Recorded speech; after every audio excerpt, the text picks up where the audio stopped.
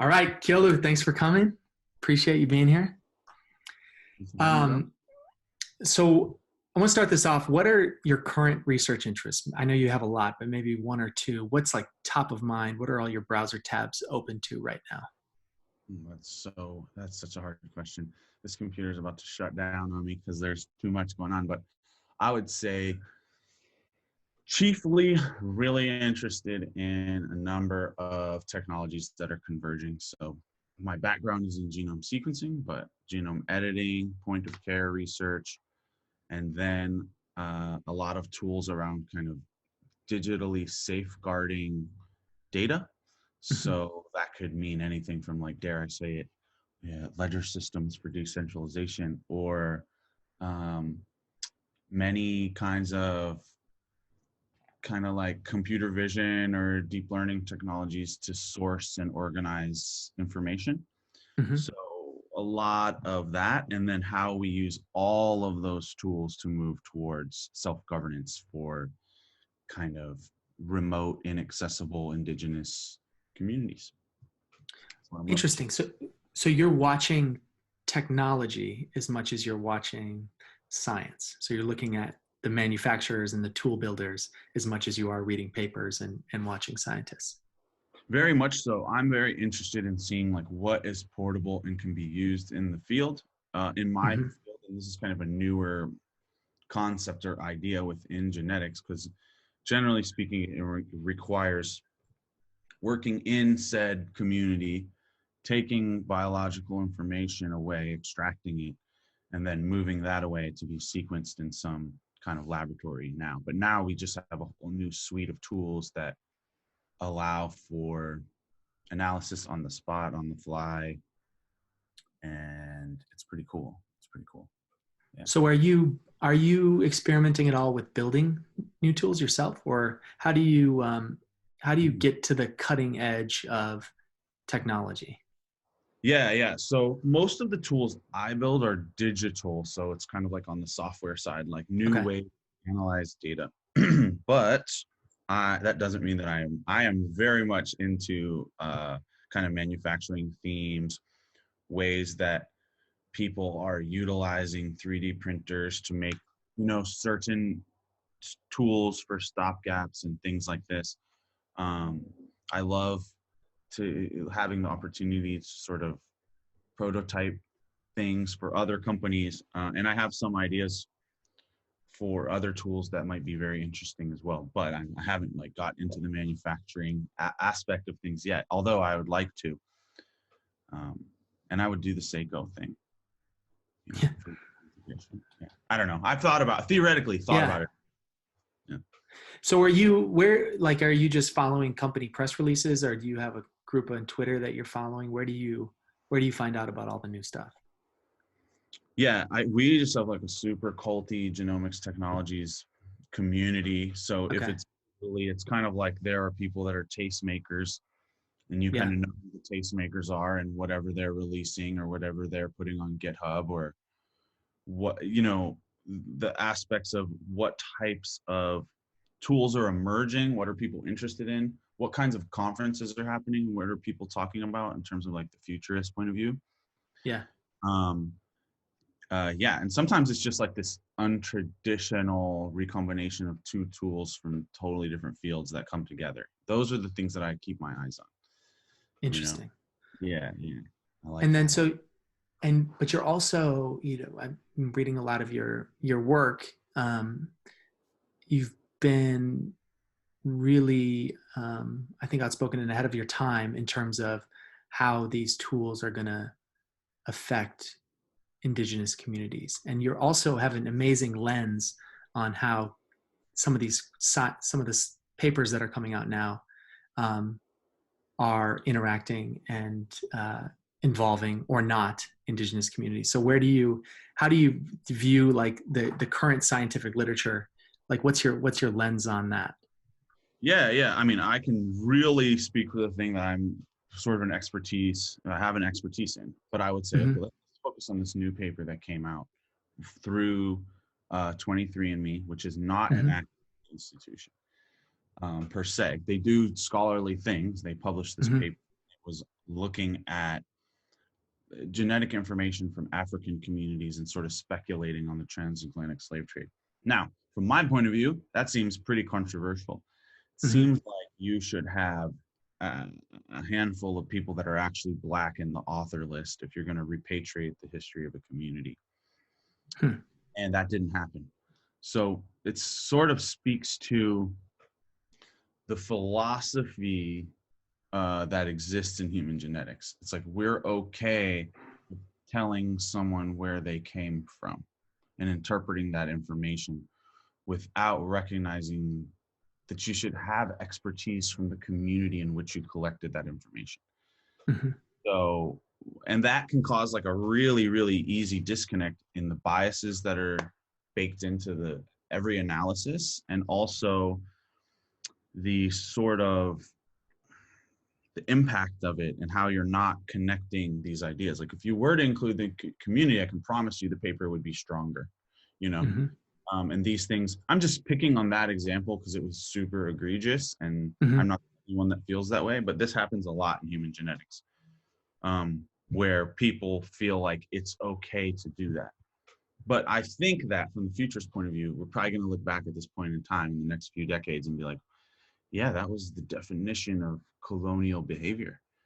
Hmm. Uh, yeah, so I'm trying to think of other papers. Oh, I've got another bunch of other papers in that space, in the population genetic space, that do this, and it seems like that's the status quo. You know? Yeah. Okay, cool. Thanks for explaining that. I think, do you mind if we go into the research mode portion? So you share your screen, you should be able to do it.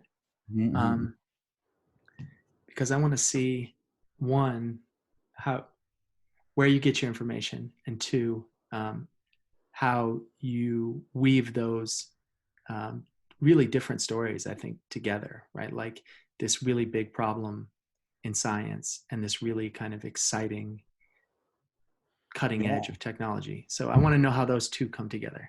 Yeah, sure. So See, I have a whole bunch of stuff up. Do you want me to just go through the random stuff I have up? yeah, just It's go kind of through. cool. Yeah. It's like a cool thing, right? Yeah, because you get to see how disorganized people are. This is actually a really organized day for me.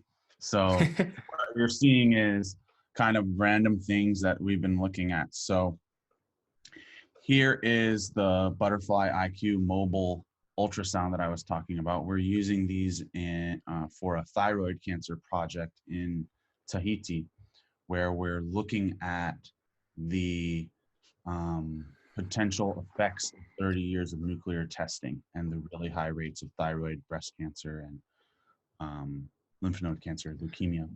Does the And manufacturer know you're working on this? yeah, they have a really cool program where they have like uh, a program for kind of underrepresented minority health that they're Okay. working on. But our idea is to connect genetic information and the potential for identifying, potential genetic mechanisms that contribute to cancer because of nuclear testing, and connect them to things like thyroid health, and do that on the fly in really remote areas of the world, like the Tuamotus, Marquesas, and Hawaii. And what this does too is it allows us to say, okay, well, here's how uh, ultrasound works. Like I was like at a bar with some of my collaborators, and I just pulled that thing out, put some coconut oil, and I was like showing them my heartbeat on my iPhone. Cool. Right. So think about what that means to the Tahitian community. They're like, what the fuck is going on, man? So Yeah. it's kind of cool to de-black box technologies and make them transparent like that Right. in real situations and spaces. So that's one project we're working on. What else we got here?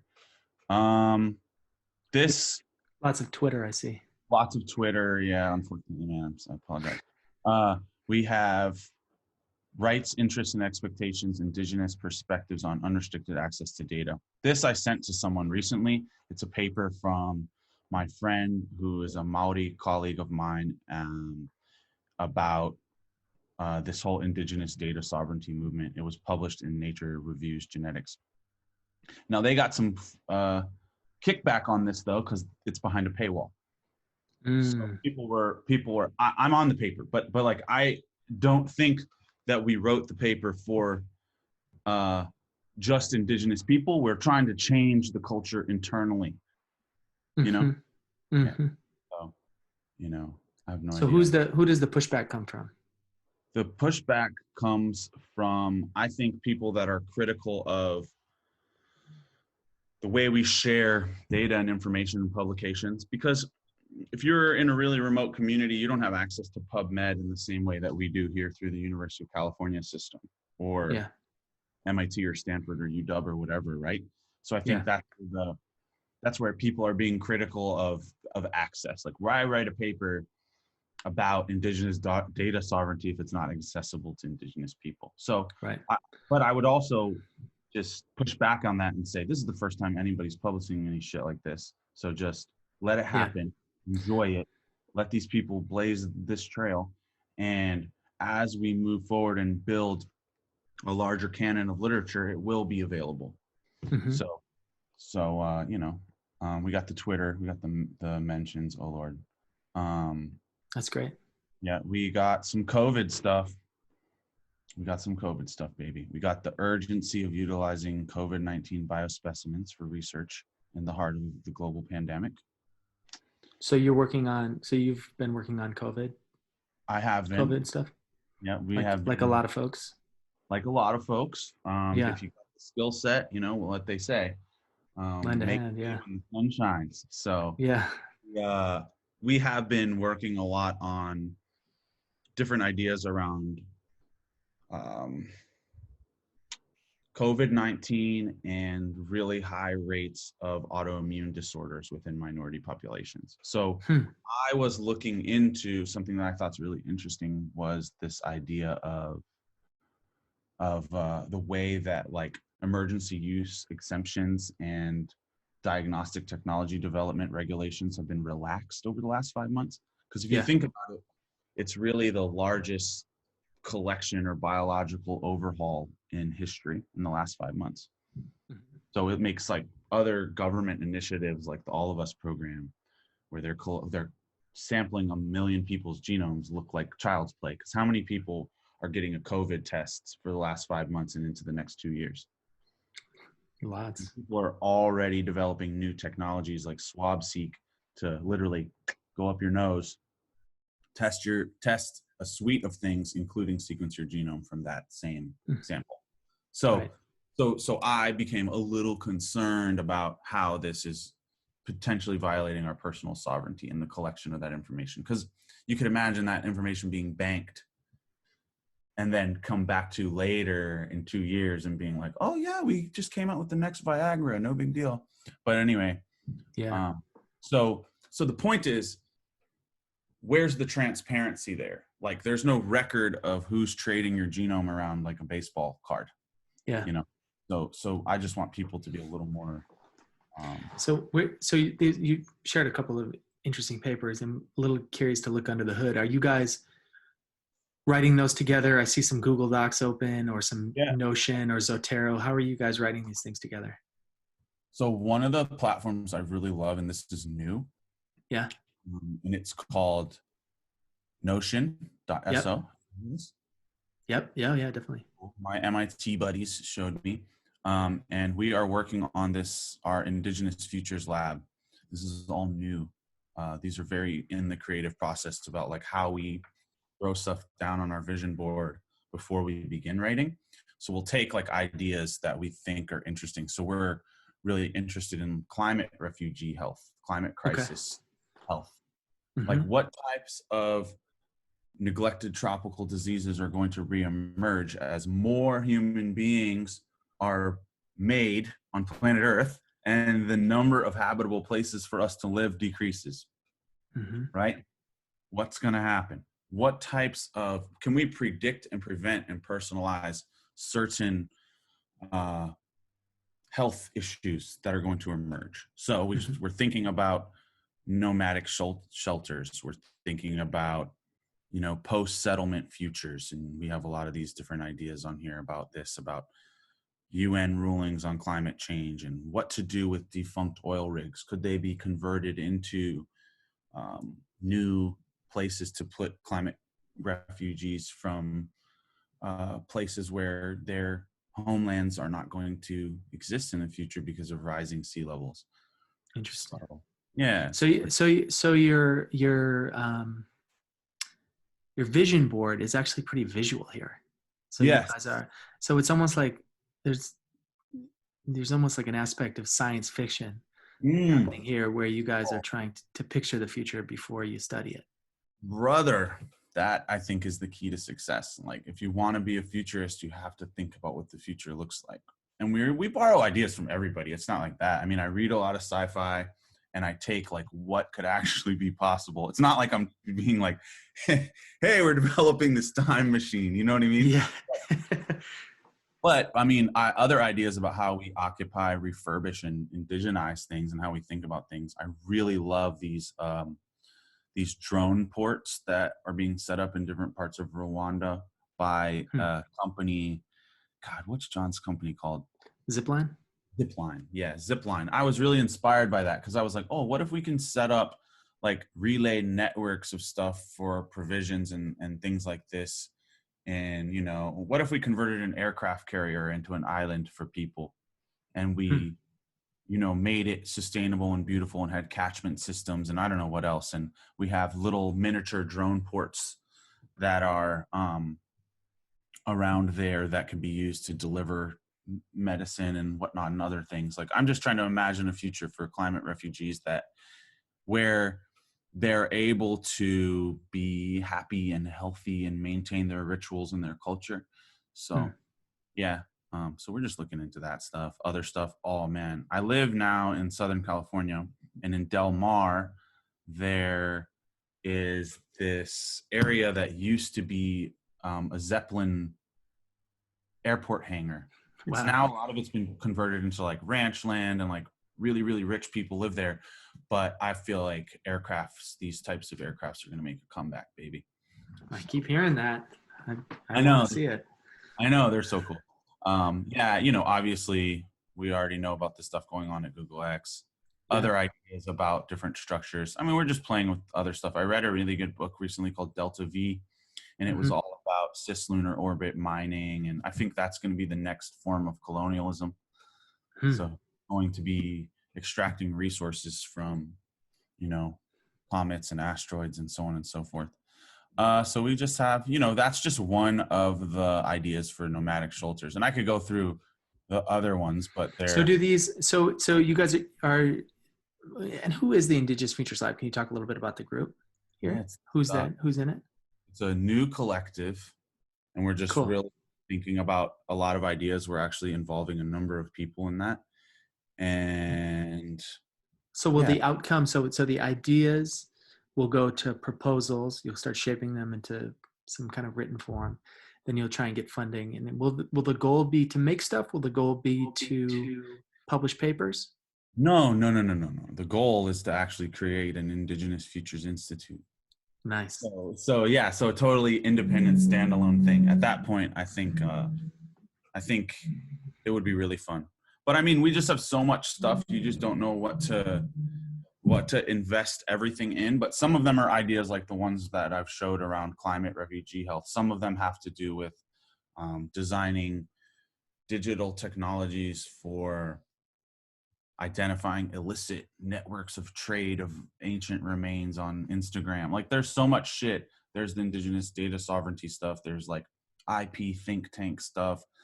There's a range of things that we're thinking of in ways to, like, the whole gist of it is to recombine indigenous EK and place-based knowledge with emerging technologies. And then Hmm. everything we recombine and shuffle together represents the best of those worlds and is empowering and sustainable and all the things that we want to see in the future, and Hmm. really offers a platform for people's cultures to shine, and because we don't want a future where we're all speaking one language, everyone wears the same clothes, like, that's the beauty of diversity. Right. So we're just going through a bunch of other stuff that we're thinking about there. And then what else do I got going on here? I have no idea. This is embarrassing.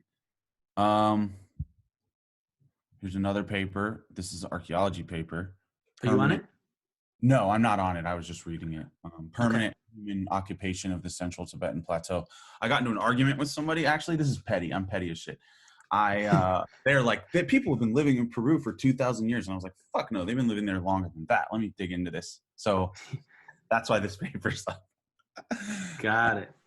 Yep. So it's a twit. So it's back up on Twitter. I see.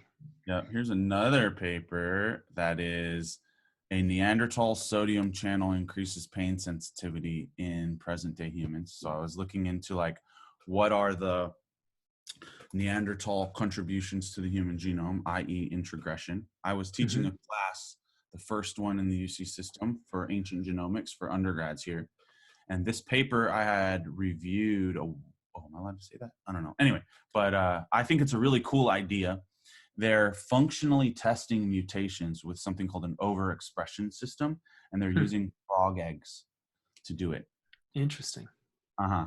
It's super neat. And they're trying to speculate on imputing pain sensitivity using a certain thing. Now, the problem with pain sensitivity is it's super complex. There's a lot of like cultural differences. And the database that they use to impute this stuff is all white people from this UK database. So it's like hard for them to really speculate on the um, variation and so on. But it's a pretty cool, interesting paper.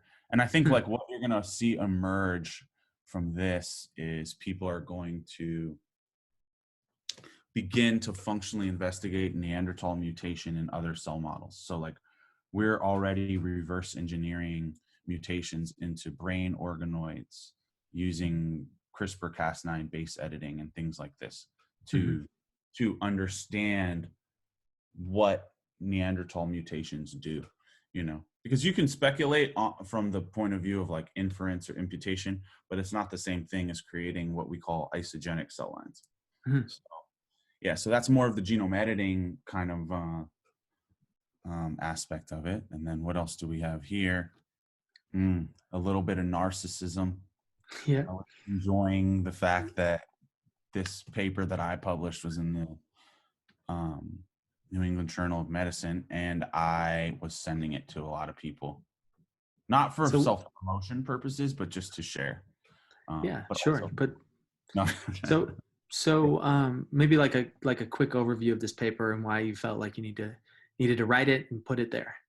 Yeah, Um, yeah. So it's called the Illusion of Inclusion, the All of Us Research Program in Indigenous Peoples' DNA. And I'll just get to the long story short here. We can go to one of the figures here. But it's really just about these ideas, taking ideas from the UN's Nagoya Protocol and really thinking about benefit sharing. Because what happens is, as we sequence more and more people's genomes, mhm, we identify really interesting, potentially impactful mutations. And those mutations might lead to the development of blockbuster drugs. And I kind of detail the way this happens, and this is kind of a thing. mhm, And what you're observing is these large companies just walking away with the cash. So the government will pay for something, right? They'll pay for this All of Us program. The data will be generated, and then it will become publicly available. And then Pfizer et al.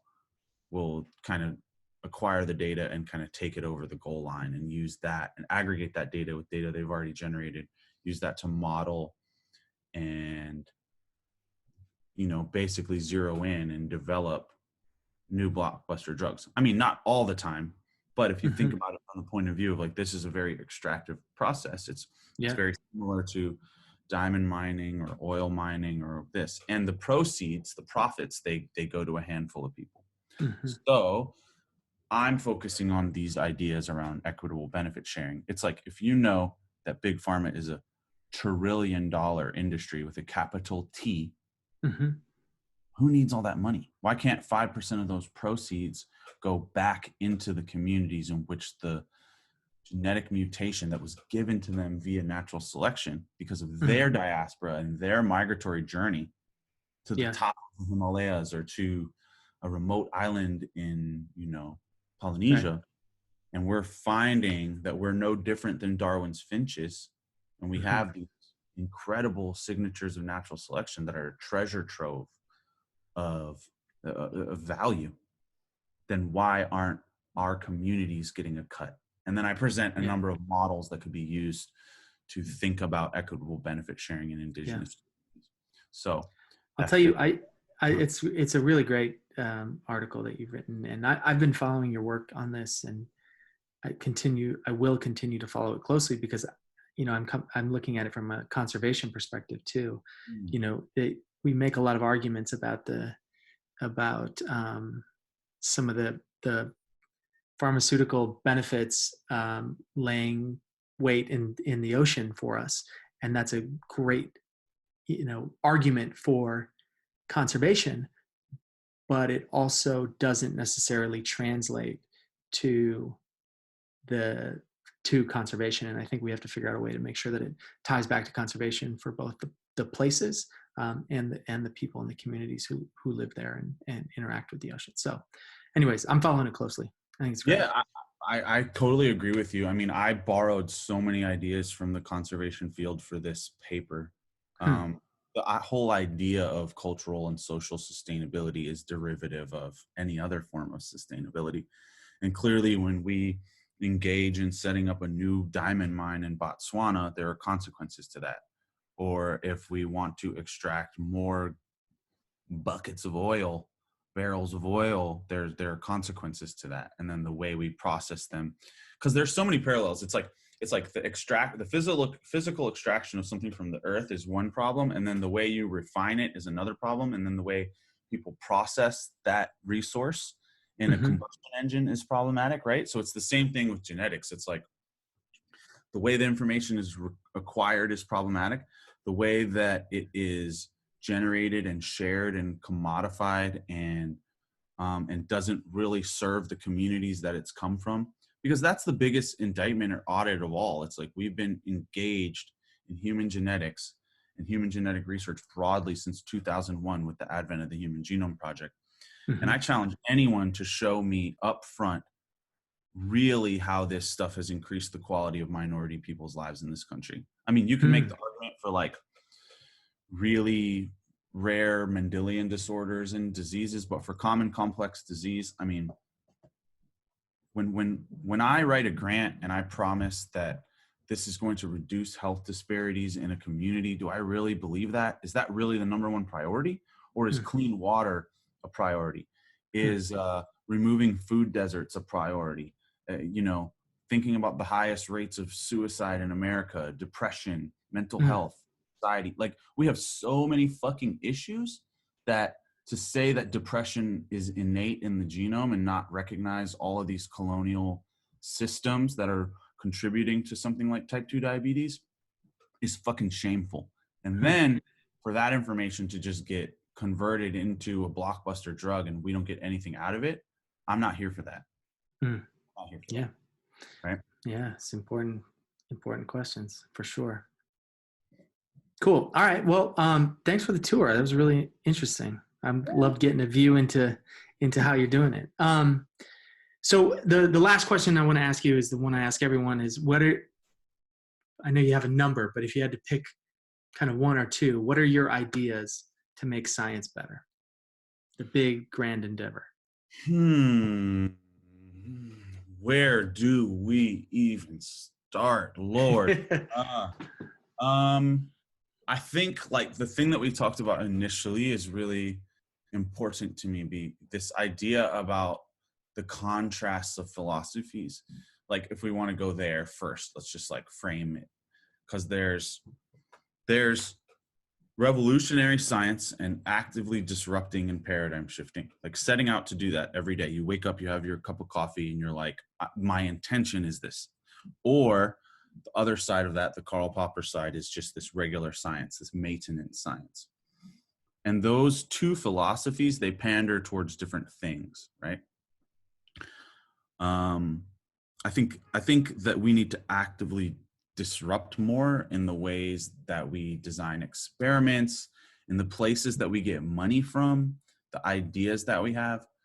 Because if you think about it, when I talk about my wildest idea, that's the one I'm the most excited about. It has the most risk. That's the one you should be going after. That's the Mhm. most fun. That's the will have the potential for the most impact. But most people will say, okay, let's go after the more conservative one because I can bank that easily. And it gets back to the reward system. It's like, how do I fit this into the impact factor at X journal? Mhm. How do I maintain my funding structures? Why can't I let a graduate student go hog wild? If they fail, that's okay too. Mhm. Why do we have to give them conservative projects and they don't get to grow and their imagination doesn't get to grow and they don't get to be wild because we're not going to reward them for that? So that's like that's like the academic system itself. So I think there's so much money, even during this pandemic and with our looming economic collapse, right? Mhm. There's so much money on this planet, so much resources on this planet. I'm not sure why more of that isn't going actively towards science and funding wild ideas. Like when I Mhm. look at the contrast of the DOE budget and the NIH budget, it's crazy to me. And I think that everyone should start to examine that a little more clearly.